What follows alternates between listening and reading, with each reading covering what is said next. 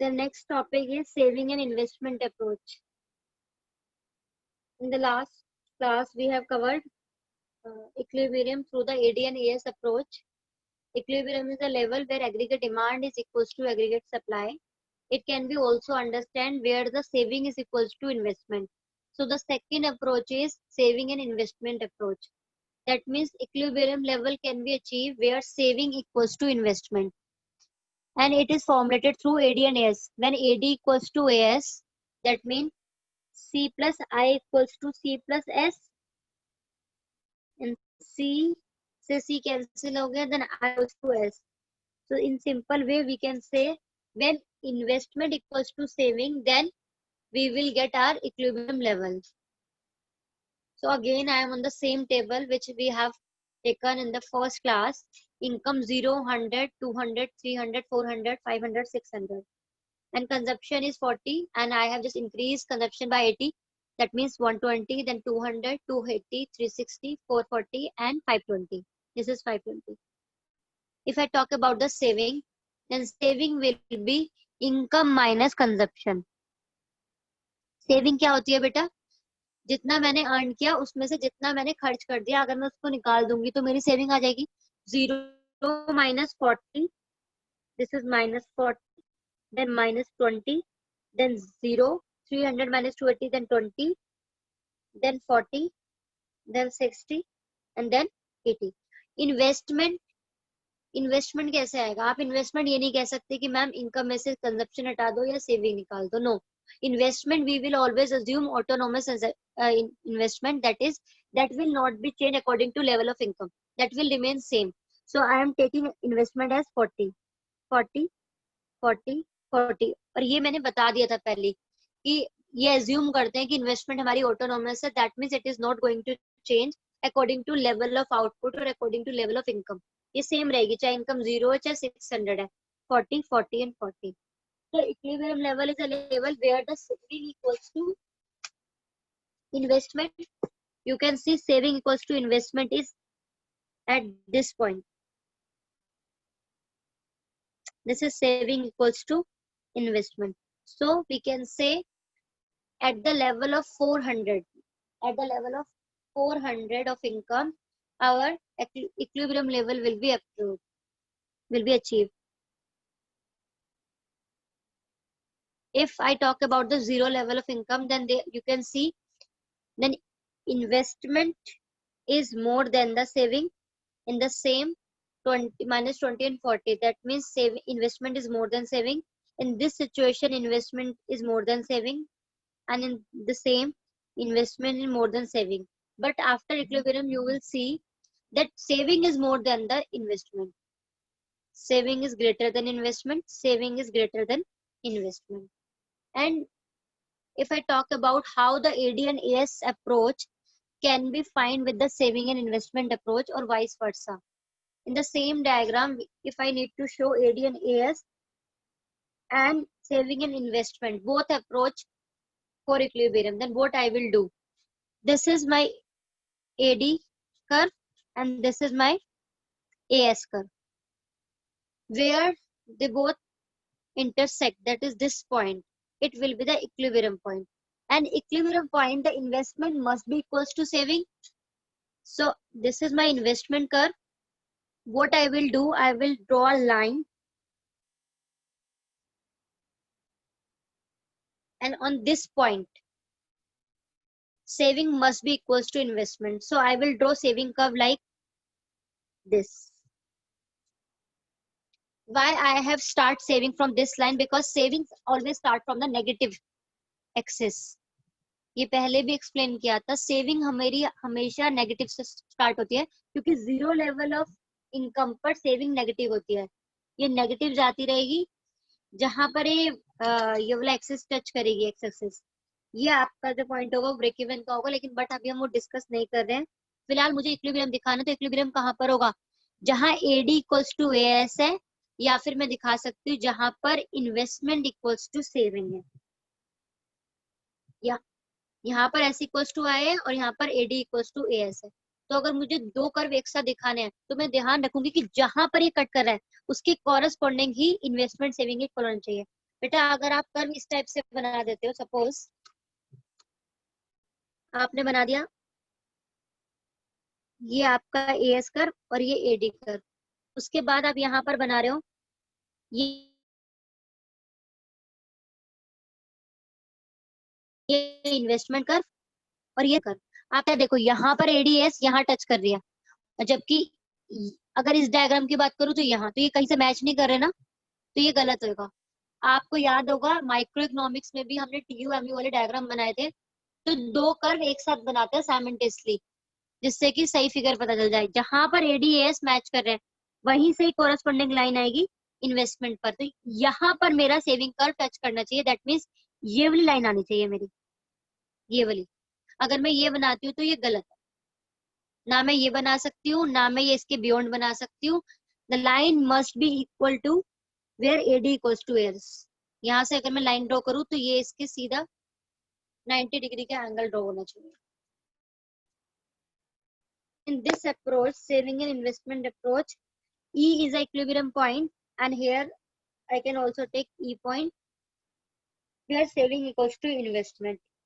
If I talk about the point before this E, this point, it shows investment is greater than saving, and after equilibrium point, you will see that saving is greater than investment. Investment curve below है saving curve के, ये saving curve है, यानी कि यहाँ तक की saving है जबकि investment इतनी है। तो इक्विलिब्रियम से पहले इन्वेस्टमेंट ग्रेटर होता है और इक्विलिब्रियम के बाद सेविंग ग्रेटर होती है।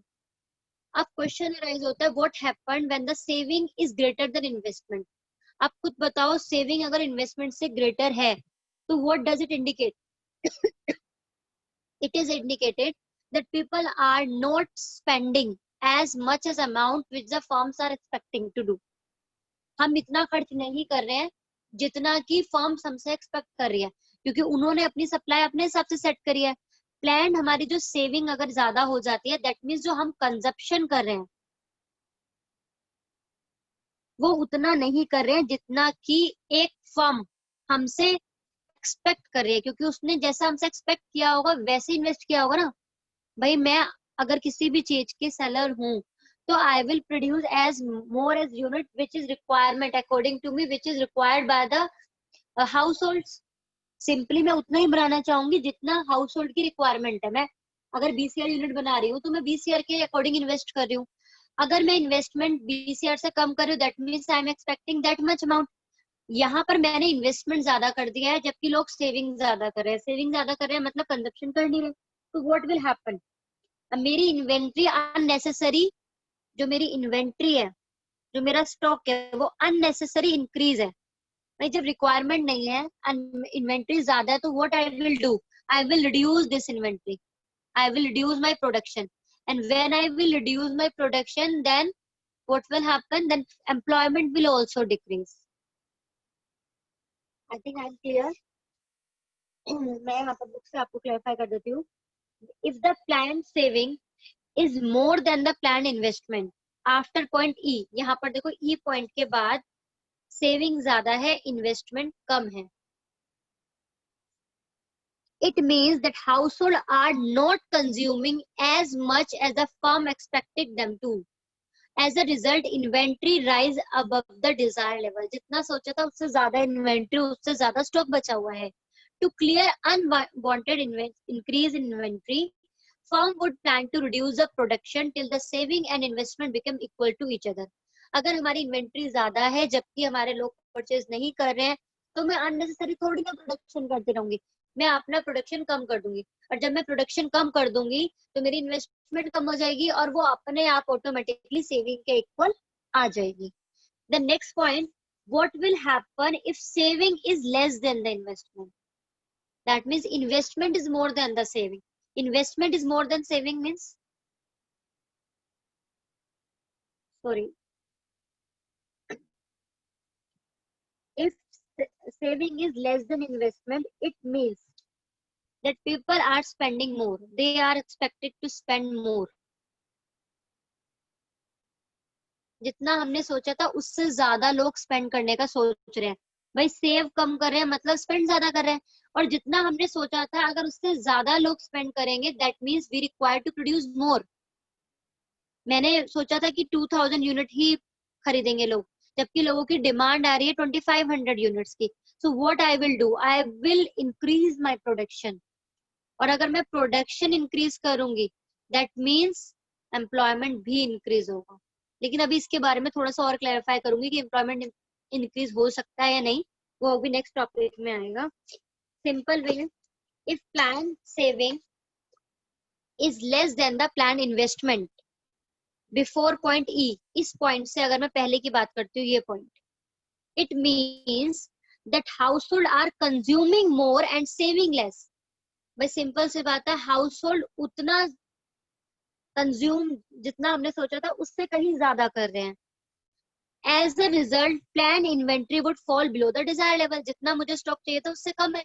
अगर उससे स्टॉक मेरा कम है तो what I will do, I will plan to increase my production till the saving and investment become equal to each other. To make them equal, I will do, I will increase my production. When production will increase, then unit will be uh, up to the demands of the consumers, so it will become equal. तो यहाँ पर question आता है, 1 marker भी आ सकता है, 2 marker भी, कि अगर सेविंग इन्वेस्टमेंट से ज्यादा है तो इन शॉर्ट कंजप्शन लोगों का कम है, और कंजप्शन कम है मतलब डिमांड्स कम है, और डिमांड्स कम है तो हम इन्वेंट्री का जो लेवल अननेसेसरी बढ़ा हुआ है उसे कम करेंगे, हम प्रोडक्शन को भी कम करेंगे। और अगर इन्वेस्टमेंट ऑलरेडी ज्यादा है लेकिन सेविंग कम है, दैट मीन्स लोगों की डिमांड और ज्यादा है, और अगर उनकी डिमांड ज्यादा है तो हम क्या करेंगे, अपना प्रोडक्शन लेवल और बढ़ाएंगे so that we can meet their demands. Is it fine? In short, when saving is greater than investment, then production will increase. Sorry, production will reduce. When the saving is less than investment, then production will increase.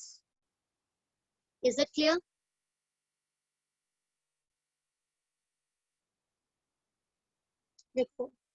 There are two economists in our economy, classical economist and Keynesian. According to classical economists, equilibrium level can be attained only at the full employment. उसके according AD equals to AS तभी होगा जब full employment होगा। Full employment मतलब जितने resource मेरे पास हैं वो सारे अगर लगा दूंगी मैं, तो एडीएस अपने आप इक्वल हो जाएंगे। मतलब मैंने सारे अपने रिसोर्स लगा दिए, जितना मेरे पास थे, जितने लोग काम कर सकते थे वो भी सारे कर लेंगे, तो मेरी aggregate demand aggregate supply equal आ जाएंगी। पर कीनेसियन थोड़ा अलग था। कीनेसियन ने बोला डिमांड और सप्लाई तो तब भी इक्वल हो सकती है जब आपके रिसोर्सेज पूरी तरीके से यूटिलाइज नहीं भी होते हैं। भाई मैं 5 थिंग्स सेल करना चाहती हूँ, कोरस्पॉन्डिंग 5 को ही परचेज करना चाहता है, तो ये इक्वल हो गए। जरूरी नहीं है कि मेरे पास सिर्फ 5 ही थिंग्स थी, हो सकता है मेरे पास 10 हो, अभी मैंने सिर्फ 5 ही निकाली हो। तो सिंपल वे में कीनेसियन ने जो बोला था, जो आपके लिए वो रेलिवेंट है, वो ये है कि equilibrium level can be achieve even at full employment. Full employment तो चलो क्लासिकल ने ही बोला था, एट अंडर एम्प्लॉयमेंट सिचुएशन। ये कह रहा है इक्विलिब्रियम एडीएस तब भी इक्वल हो सकता है जबकि हमारा जो फुल एम्प्लॉयमेंट है वो अचीव ना हुआ हो, मतलब सारे लोग काम पे नहीं लगे तब भी हमारी डिमांड उतनी है, सप्लाई उतनी है। और ये कह रहा है कि ओवर एम्प्लॉयमेंट में भी हो सकता है, ओवर फुल एम्प्लॉयमेंट में भी हो सकता है। ये इसकी थॉट थी कीनेसेन की, जो रियलिटी में भी कन्वर्ट हुई। फुल एम्प्लॉयमेंट इक्विलिब्रियम का मतलब मैं आपको एक्सप्लेन कर देती हूँ कि एडीएस इक्वल है, बार बार डायग्राम सेम रहेगा। This is AS curve and this is AD curve. मैं अज्यूम कर रही हूँ कि ये जो मेरा आउटपुट लेवल आया यहाँ से लेके यहाँ तक, यहाँ पर मेरे जितने भी रिसोर्सेस थे वो सब एम्प्लॉय हो चुके हैं। जितने भी पर्सन मेरी इकोनॉमी में थे जो विलिंग टू वर्क थे और इनमें एबिलिटी भी थी, मतलब जो भी विलिंगनेस टू वर्क थी और एबिलिटी भी जिसमें थी, और उनको वेज एग्जिस्टिंग वेज रेट पे काम मिल रहा है, that means there is no unemployment. कोई भी ऐसा नहीं है जिसको एम्प्लॉयमेंट नहीं मिला, पूरी इकोनॉमी के सारे लोग उनको एम्प्लॉयमेंट मिल रहा है, वो एम्प्लॉयड हो रहे हैं, और उसके बाद जाके आपका एडीएस अप्रोच, एडी और एएस मैच कर रहे हैं। सिंपल वे में आपको यहाँ पर बुक में लैंग्वेज क्लियर कर देती हूँ. It refer to a situation when AD is equals to AS at the full employment level. ये आपका फुल एम्प्लॉयमेंट लेवल है. E is full employment level because aggregate demand is equals to aggregate supply. It means those who are willing to work at the prevailing wage rate are able to find employment. There is no involuntary unemployment. यहाँ पर कोई भी ऐसा नहीं है कि कोई person unemployed है. सबको काम मिल जाएगा, सब काम कर रहे हैं. ऐसी सिचुएशन, ये इतना आउटपुट जब बना रहे हो तो सब जितने भी लोग काम करना चाहते हैं वो सब काम मिल भी रहा है, सब कर भी रहे हैं. और वहीं पर अगर एडीएस इक्वल हो रहा है तो हम बोलते हैं फुल एम्प्लॉयमेंट. अब यहाँ पर देखो, ये मेरी सिचुएशन है अंडर एम्प्लॉयमेंट की. पहले आपको क्या करना है अंडर एम्प्लॉयड शो करने के लिए, पहले आपको एएस कर्व और एडी कर्व बना लेना है. ये आपका फुल एम्प्लॉयमेंट लेवल है. मतलब कि ये एक लेवल है जहां पर एक्चुअली मेरा फुल एम्प्लॉयमेंट लेवल अचीव होता है. मतलब कि कोई अंडर एम्प्लॉयड नहीं है, कोई भी पर्सन ऐसा नहीं है जिसको काम नहीं मिल रहा है. यहाँ पर एक्चुअली होना चाहिए. और अंडर एम्प्लॉयमेंट का मतलब क्या है, अगर मेरी एडी ये फुल एम्प्लॉयमेंट से नीचे यहाँ पर एक्चुअल आ जाए, ये मतलब कि फुल एम्प्लॉयमेंट से पहले ही मेरी एडीएस कहीं पर मिल जाए, तो इस सिचुएशन को मैं बोलती हूँ अंडर एम्प्लॉयमेंट. ये यहाँ से लेके यहाँ तक आउटपुट देखो, यहाँ पर सब लोगों को काम नहीं मिल रहा है. काम मिलेगा जब यहाँ से लेके यहाँ तक का आउटपुट बनेगा. लेकिन हमारी डिमांड सप्लाई यहीं पर पूरी हो रही है. That means before the full employment level. अगर फुल एम्प्लॉयमेंट लेवल मैंने यहाँ पर लिया था, ये रहा, यानी कि इतनी यूनिट्स अगर बनती है उसका मतलब है कि सब लोगों को काम मिल रहा है. जितने लोग काम करना चाहते हैं वो सब एम्प्लॉयड हो रहे हैं. बट मेरा एग्रीगेट डिमांड का जो कर्व है वो ये जा रहा है एक्चुअल वाला. ये मेरा एक्चुअल कर्व है. ये पहले ही मिल गया, एडीएस यहीं पर ही होगा, यानी कि इतनी यूनिट बनाने की जरूरत ही नहीं है. तो ये कह सकते हैं कि हमारा अंडर एम्प्लॉयमेंट सिचुएशन है. तो अंडर एम्प्लॉयमेंट मतलब क्या होता है, it refers to a situation when aggregate demand is equals to aggregate supply when the resources are not fully employed. It occurs prior to the full employment. Full employment यहाँ था, लेकिन मेरा ये कहाँ पर मैच कर रहा है, इससे पहले ही. अब जब मेरा इससे पहले ही मैच कर गया, लोगों की डिमांड जितनी है उतनी मैं सप्लाई कर रही हूँ, तो क्या मैं और कुछ प्रोड्यूस करूंगी? बिल्कुल भी नहीं करूंगी. तो इसका इफेक्ट क्या होगा, कॉन्सिक्वेंस क्या होगा, कि यहाँ पर चीजें बननी बंद हो जाएंगी और चीजें बनेंगी क्योंकि रिक्वायरमेंट नहीं है. नेक्स्ट आता है ओवर फुल एम्प्लॉयमेंट. अगेन पहले मैं फुल एम्प्लॉयमेंट का डायग्राम बना रही हूँ. ये मेरा एएस कर्व और ये मेरा एडी कर्व. ठीक है, फुल एम्प्लॉयमेंट लेवल पे ये रहा. इतनी यूनिट अगर मैं प्रोड्यूस करती हूँ तो मेरा फुल एम्प्लॉयमेंट में मेरे जितने भी रिसोर्स हैं वो एम्प्लॉयड हो जाएंगे. There will not be any involuntary unemployment. अगर मेरा एडीएस ये है तो फुल एम्प्लॉयमेंट है. लेकिन अगर अब मेरा जो एडी एक्चुअल आ रहा है वो आ रहा है इससे ऊपर, ये रहा, ये मेरा एक्चुअल वाला एडी है, तो मेरा इंटरसेक्ट कर रहा है यहाँ पर. यानी कि एडीएस को मैच करने के लिए मेरे इतने सारे लोगों को और काम करने की जरूरत है, यहाँ से लेके यहाँ तक की इतनी यूनिट और बनाने की जरूरत है. अब आप खुद बताओ, फुल एम्प्लॉयमेंट का मतलब होता है कि जहां पर सारे रिसोर्स एम्प्लॉयड हो चुके हैं. क्या ये पोजीशन हम, मतलब यहाँ पर क्या हम रिसोर्सेज बढ़ा सकते हैं? रिसोर्सेज तो पहले से ही फुल एम्प्लॉयड है. अगर मैं रिसोर्सेज नहीं बढ़ा सकती और एग्रीगेट डिमांड मेरी एग्रीगेट सप्लाई से ज्यादा है, तो आखिर होगा क्या? एक तो तरीका ये होता है कि एग्रीगेट डिमांड ज्यादा है तो चलो कोई बात नहीं, और चीजें बना लेते हैं, और चीजें बनाएंगे, सप्लाई को पूरा कर लेंगे. अब मेरे पास लिमिटेड है कि मेरे पास यही 4 थिंग्स है, लेकिन लेने वाले बहुत सारे हैं. व्हाट विल हैपन, चीजों के प्राइस अपने आप बढ़ जाएंगे. दैट मीन्स इन्फ्लेशन क्रिएट हो जाएगा. अगर मैं अंडर एम्प्लॉयमेंट की बात करूं, दोबारा से एक्सप्लेन कर दो. अंडर एम्प्लॉयमेंट का मतलब एडीएस पहली मैच कर गया, मतलब जितने लोग लगने चाहिए थे उससे कम लोगों में काम चल गया. तो आप क्या करोगे, आपका आउटपुट कम हो जाएगा, चीजें कम बनाओगे क्योंकि जरूरत ही नहीं है. आउटपुट कम बनेगा तो एम्प्लॉयमेंट भी कम हो जाएगा, राइट, और चीजों के प्राइस भी कम हो जाएंगे. लेकिन अगर मैं बात करूं ओवर फुल एम्प्लॉयमेंट, यानी कि जितना हमारा हमने लगा दिया उससे ज्यादा की रिक्वायर्ड है, अब मेरे पास है ही नहीं तो ज्यादा तो चीजें बन नहीं सकती. तो इसका कॉन्सिक्वेंस क्या होगा? आउटपुट तो चेंज होगा नहीं, आउटपुट चेंज नहीं होगा तो एम्प्लॉयमेंट भी चेंज नहीं होगा, तो फिर चेंज क्या होगा? चेंज होंगे प्राइस, अननेसेसरी प्राइस बढ़ेंगे, जो कि इंडिया की सिचुएशन है। इंडिया की जो डिमांड्स है वो बहुत ज्यादा है, लेकिन जो हमारे पास रिसोर्सेज है वो कम है, और उस डिमांड को फुलफिल करने के लिए सेम रिसोर्सेज से हम कैसे कर रहे हैं? हम चीजों के रेट बढ़ा रहे हैं, रेट बढ़ा रहे हैं, तो जितने लोग लेने चाहते थे, जब रेट बढ़ गए तो ये गायब हो गया क्योंकि अभी अफोर्डेबल रेंज में नहीं होगा, ये पर्सन गायब होगा क्योंकि इसके अफोर्डेबल रेंज में नहीं होगा, धीरे धीरे और रेट बढ़े, ये भी गायब हो गया, ये भी गायब हो गया। अब ये चार लोग अपनी डिमांड्स को पूरा कर लेंगे। यही होता है, और यही इंडिया की प्रेजेंट सिचुएशन है, because aggregate demand is more than aggregate supply beyond the full employment. जितना काम अवेलेबल है उतना सबको मिल रहा है, लेकिन डिमांड बहुत ज्यादा है। अब डिमांड ज्यादा, डिमांड तो पूरी हो नहीं सकती, तो सिंपल सी बात है, चीजों के प्राइस बढ़ेंगे, ना आउटपुट बढ़ेगा, ना एम्प्लॉयमेंट बढ़ेगा, सिर्फ और सिर्फ क्या बढ़ेगा? प्राइस बढ़ेगा। इसलिए कहते हैं over the full employment situation create inflation, इसकी वजह से ही महंगाई बढ़ती है। I think I am done and it must be clear to all of you, right?